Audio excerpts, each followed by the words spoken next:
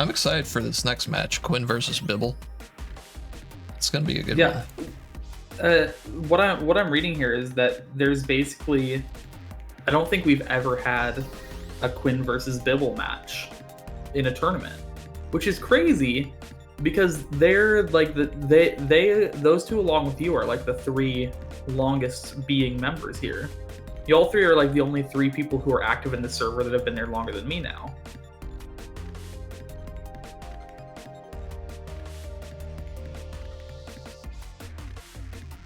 Wibble match.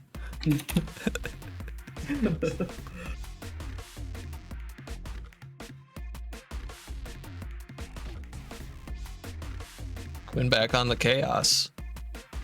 Nice.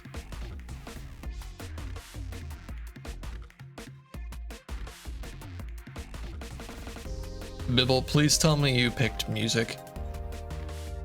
I don't I don't like it when we have Uni on screen and no music. Just play The World Revolving on loop in the background like I am.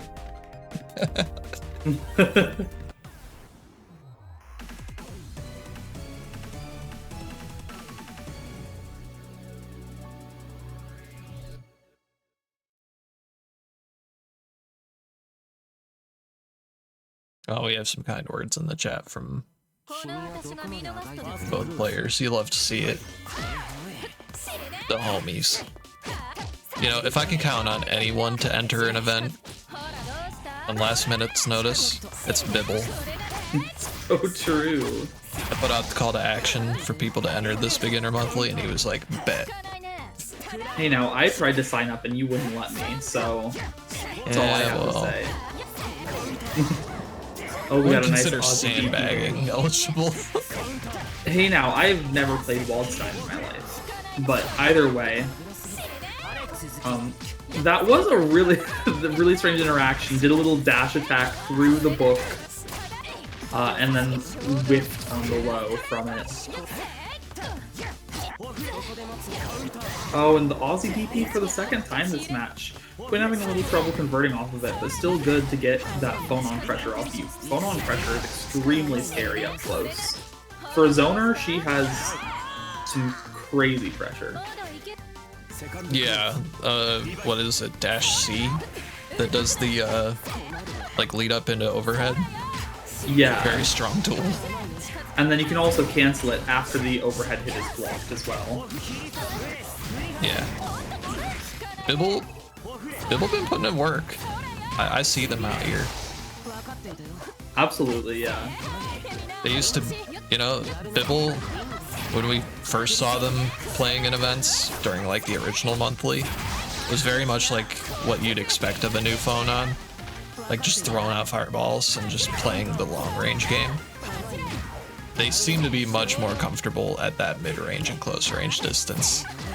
For sure, even just seeing the use of fireballs far away, but then switching over to the whip pressure up close. Now we did see our first book of the game, and a nice run-up attack, and use a fast button. Looks like it was maybe trying a little bit slower button, but unfortunately not going to have an answer for the 3D. It's incredibly smart 3D.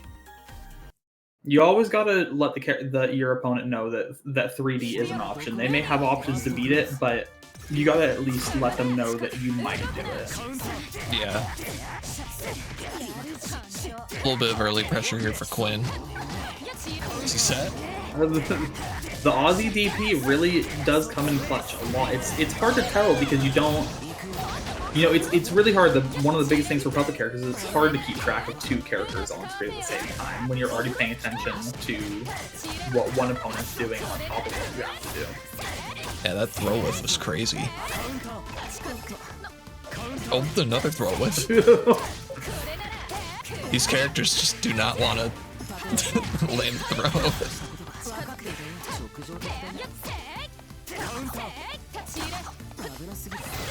Oh, and not expecting the charge to overhead. Yeah, Quinn trying to catch him out with the round start 6C. Still really works nice out for pop him. over the fireball though, recognizing the fireball pressure's in. That is kind of one of the things is Phonon is really scary up close, but when she's really far away, she's got some great strengths too. So you kind of got to just know when to go in, understand the trajectory of her fireball. I do really like, yeah, I was just about to say, Quinn clearly trying to bait out the fireball into the book. That book is a reflector, will send the fireball back where it came from. It's a little slow, and it looks like Quinn is finally kind of warming up to this matchup, figuring out how to navigate all these long and mid-range options to get in and get those hits. Yeah, just like a combination of like canned Aussie pressure, canned ground pressure, throwing out the book, these little tricky like jump us all ins. Coming together real nice for Quinn.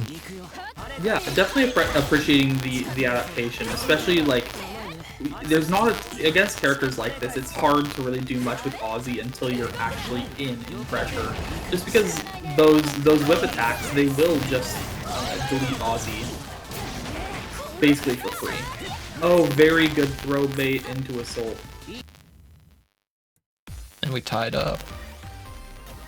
I think like one of the things that's burned Quinn in the past from like what I've seen is just not using like very clean enders, and then they just get hit when their opponent wakes up. We're seeing a lot less of that now.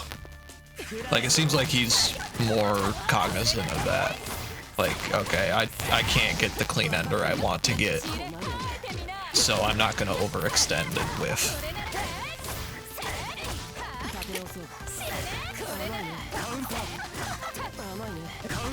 Hold the trait. Okay. Oh, 6-6C.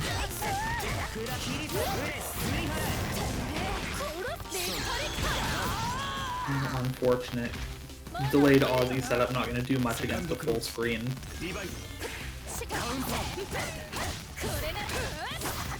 Definitely, like you said, I have really appreciated seeing all the improvement coming out from Bibble. I remember when we first started playing the server and Bibble was playing that first tournament, and even for a while after that, like, there really weren't combos coming out. There were stray hits, but no real combos, and Bibble has made so much improvement since then. And genuinely, it's just really cool to see that coming out from someone who has been, you know, with this server basically since it started. They grow up so fast. Proud parent moment. I think Bibble might be older than you, I don't know. Maybe. Still a proud parent.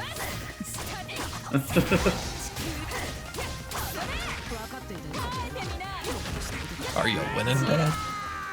It does seem like Bibble is getting a lot of mileage as well out of that, the 6FF into overhead follow-up. Oh, yeah. This is such an interesting matchup as far as Uni goes. I know two characters. You never see these characters in I guess I don't want to say never, but like certainly in a lot of play in this server, they've been fairly absent overall. Phonon a little bit less so, but yeah, just not a common head-to-head. You see the characters, but like not against each other often.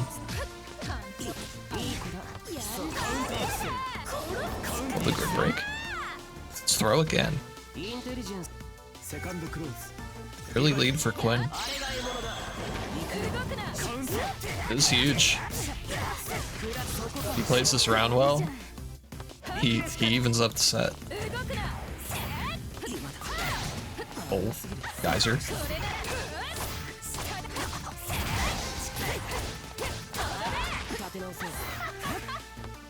Yep, we're out of there. Let's get out of the corner.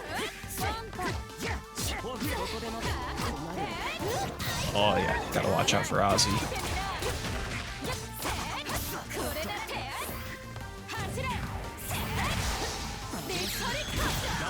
Oh, nice. Once again, that understanding of if the opponent's gonna die to it, these full screen low pokes are never a bad option. Yeah. Oh, nice block and punish on that, though, recognizing that it wasn't going to be the overhead. Not plus enough to deal with, and because it wasn't cancelled, it was a nice safe punish. And very good punish, too, awareness on that 3D out of the corner. Smart Great steer adaptation into coming out IW. of Quinn here. I don't think this will kill, but but it's very close. One hit from anything. good CS. Oh, and really good block there, finally recognizing that overhead's coming out, and Whoa. the reflected projectile for the kill. Yeah, that was wild to watch.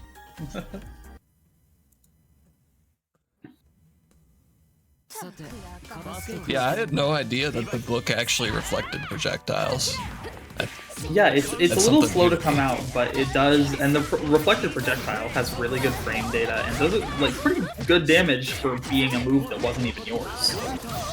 Oh, I love that roll mix up with Aussie. Yeah, tricky. Quinn's pulling out all the tricks.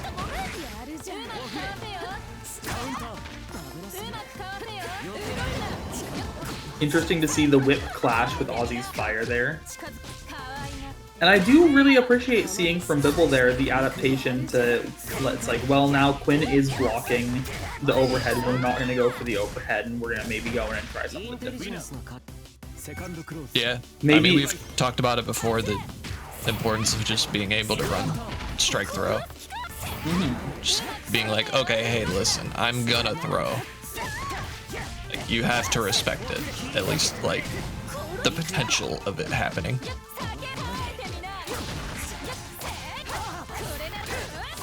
And of course, the importance too of just representing representing an option even once. Oh, unfortunate drop on the IW. If representing an option even a single time is enough to make it so that, you know, it could be that you do that overhead follow-up 3 times. They block once, so you then stop it and do a low follow-up. Well, now they have to worry about, are you going to do it? And you may never hit that low again. You may do the overhead over and over, but you're still extra mental tax on them.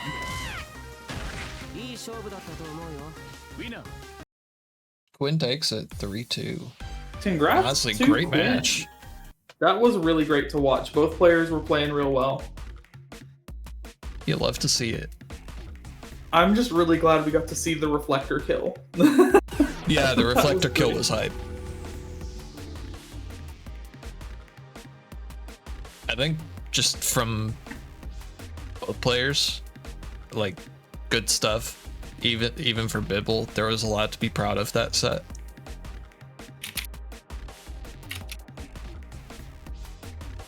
But unfortunately, they are knocked out. As much as I would love to see Bibble continue on.